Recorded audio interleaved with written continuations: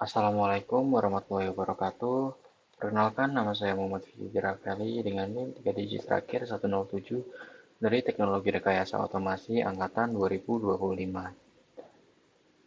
Oke, jadi pada video kali ini kita akan membuat video penjelasan mengenai materi membangun aplikasi dengan CMake dan AI.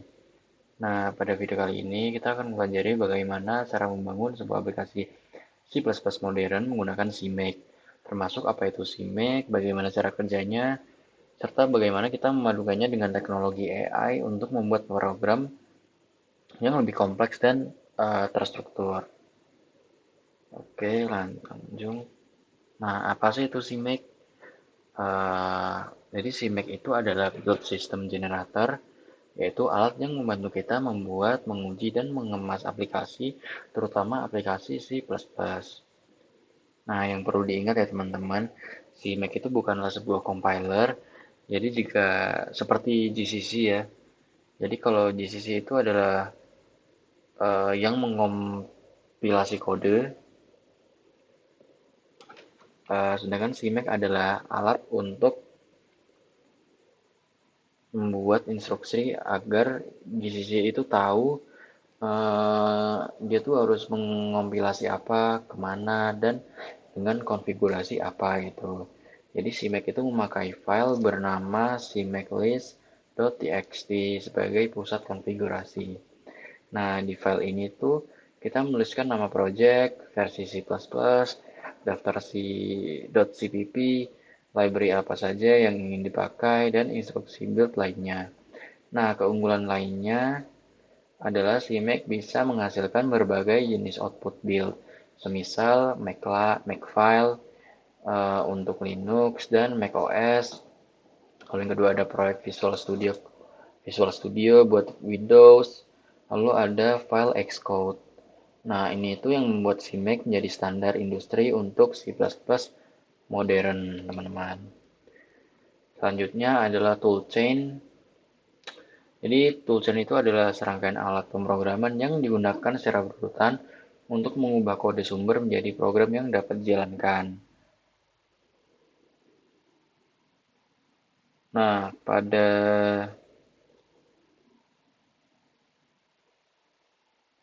ini ada contoh GCC toolchain, yaitu make, fungsinya buat mengelola proses build. Lalu yang kedua ada GCC untuk compiler utama. Lalu yang ketiga ada CPP untuk preprosesor C. Lalu ada CC1 untuk mengubah ke kode assembly. Lalu ada gas untuk mengubah ke kode mesin. Lalu ada ID yaitu menggabungkan objek files dan library. Jadi daripada kita mengatur semua proses tersebut secara manual, CMake itu bakal ngatur semuanya secara otomatis. Nah, toolchain inilah yang akan dipilih oleh CMake ketika kita melakukan konfigurasi build. Selanjutnya ada fungsi utama dari CMake. Yang pertama itu ada membaca script build. Nah, CMake itu membaca file cmakelist.txt yang berisi aturan build. Lalu yang kedua itu menghasilkan script build.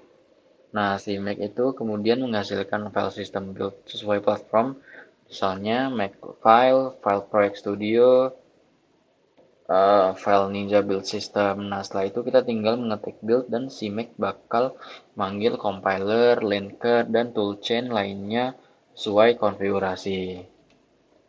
Selanjutnya ada manfaat dari CMake itu sendiri. Nah, inti dari CMake itu adalah portabilitas dan fleksibilitas dalam pengembangan perangkat lunak. Selanjutnya itu ada portabilitas, yaitu satu file bisa dipakai di semua sistem.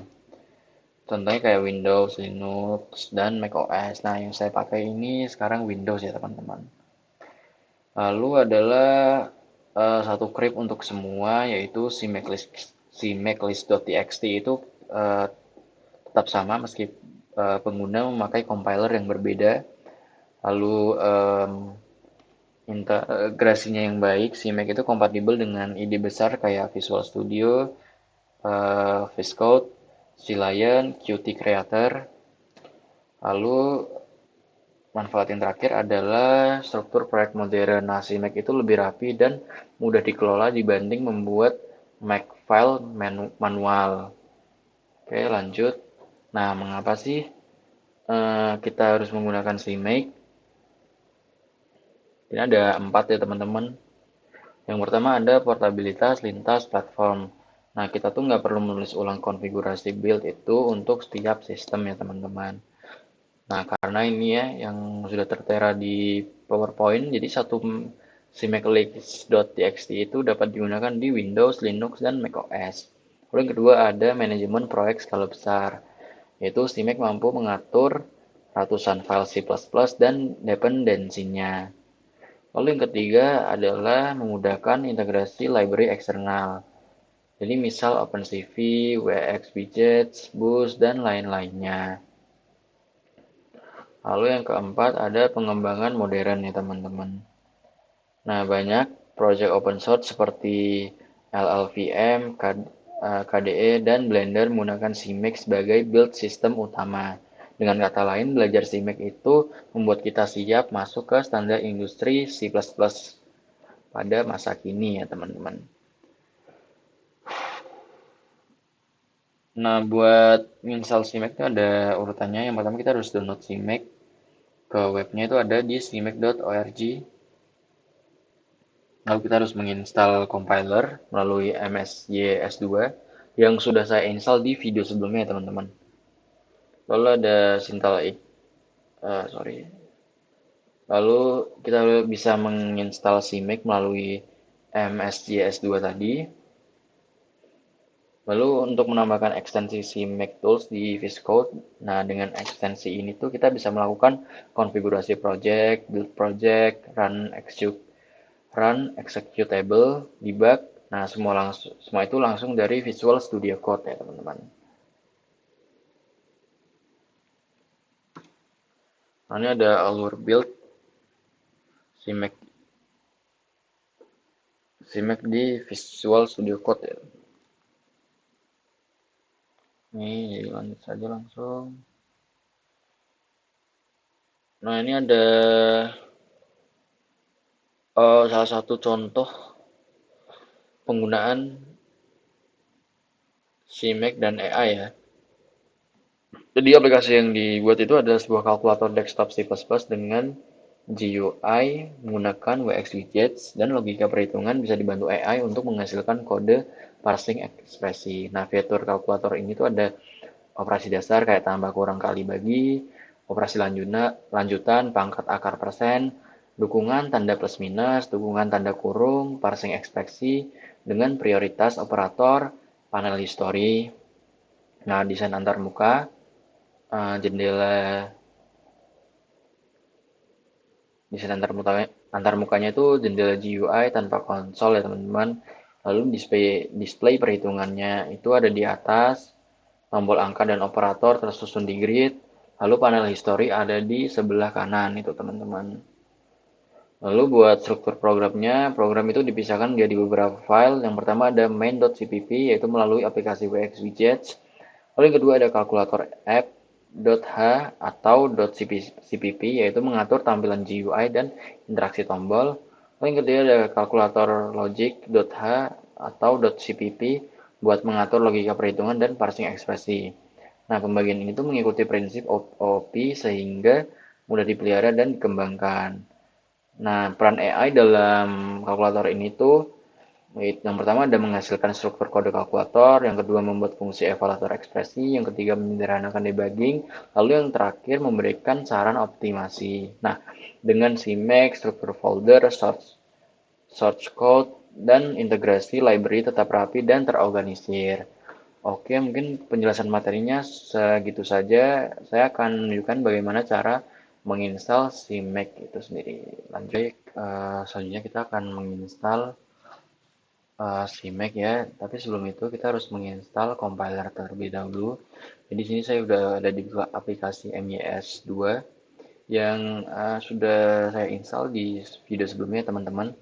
Kalian bisa cek di video sebelum-sebelumnya. Saya sudah memberikan tutorial juga bagaimana cara menginstal aplikasi ini.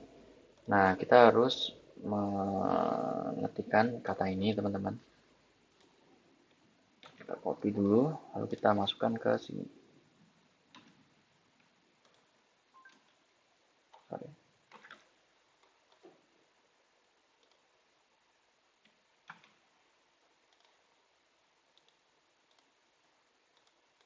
Lalu kita enter.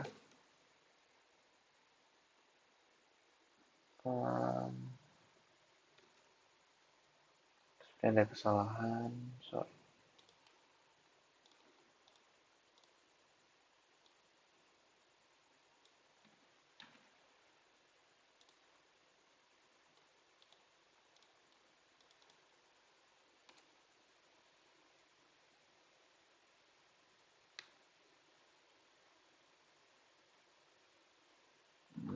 Kita coba dulu yang lain.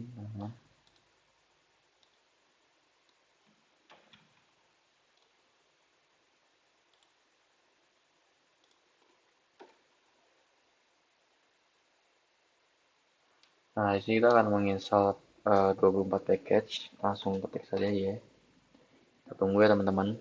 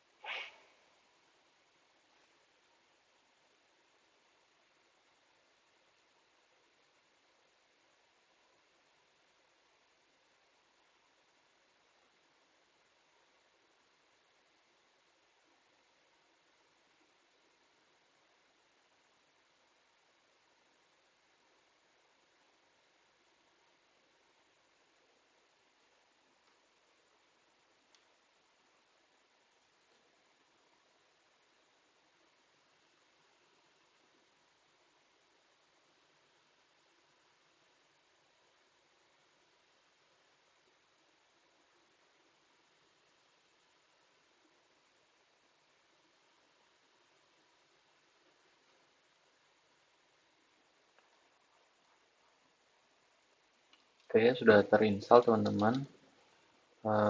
Kita coba lagi yang pertama tadi ya, karena error.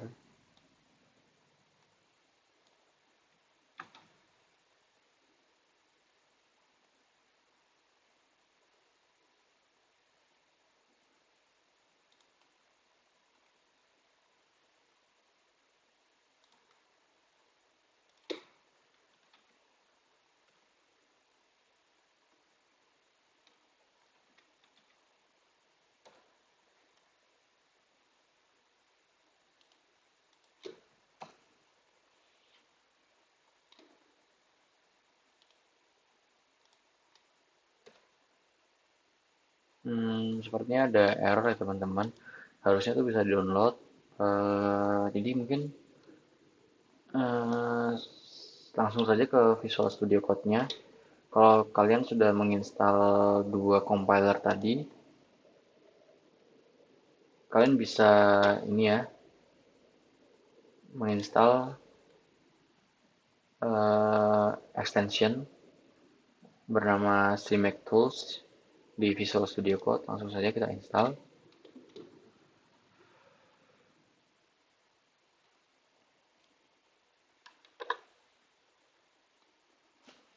Oke, sudah terinstall teman-teman. Langsung kita coba open folder.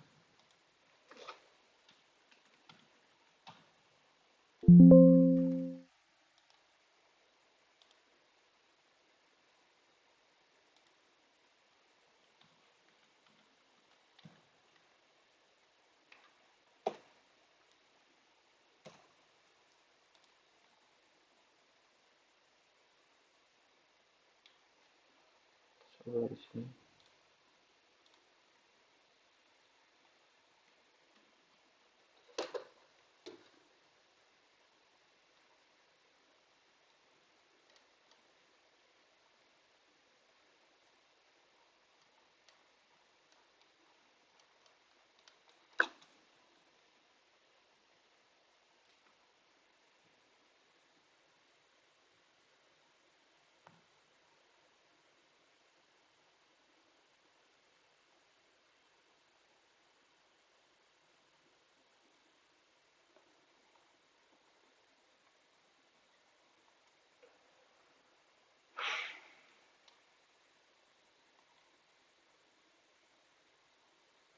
Sebentar ya teman-teman.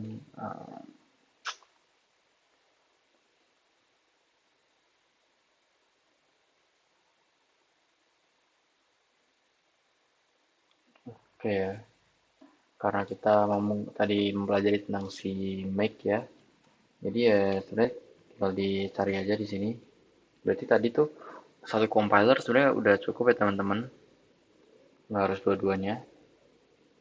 Nah ini bisa di quick start, lalu kalian bisa eh nah ini semisal kalian mau melakukan atau membuat project apa gitu bisa tinggal dibuat. Mungkin segitu saja video penjelasan dari saya. Mohon maaf bila ada salah kata. Sekian, terima kasih. Wassalamualaikum warahmatullahi wabarakatuh. Oke, baik teman-teman. Di sini saya sudah mendemonstrasikan program yang telah saya buat, yaitu dengan bantuan AI ya, menggunakan CMake tadi. Di sini saya membuat kalkulator ya teman-teman, seperti yang saya jelaskan pada PowerPoint tadi. Eh, jadi ya ini seperti kalkulator pada umumnya ya, ada perkalian, pembagian, pengurangan, pertambahan, ya seperti itu, simpel saja. Jadi bila misal saya 4 kali 6 ya hasilnya 24. Ya mungkin seperti itu saja ya teman-teman. Maaf bila ada salah kata. Sekian, terima kasih. Wassalamualaikum warahmatullahi wabarakatuh.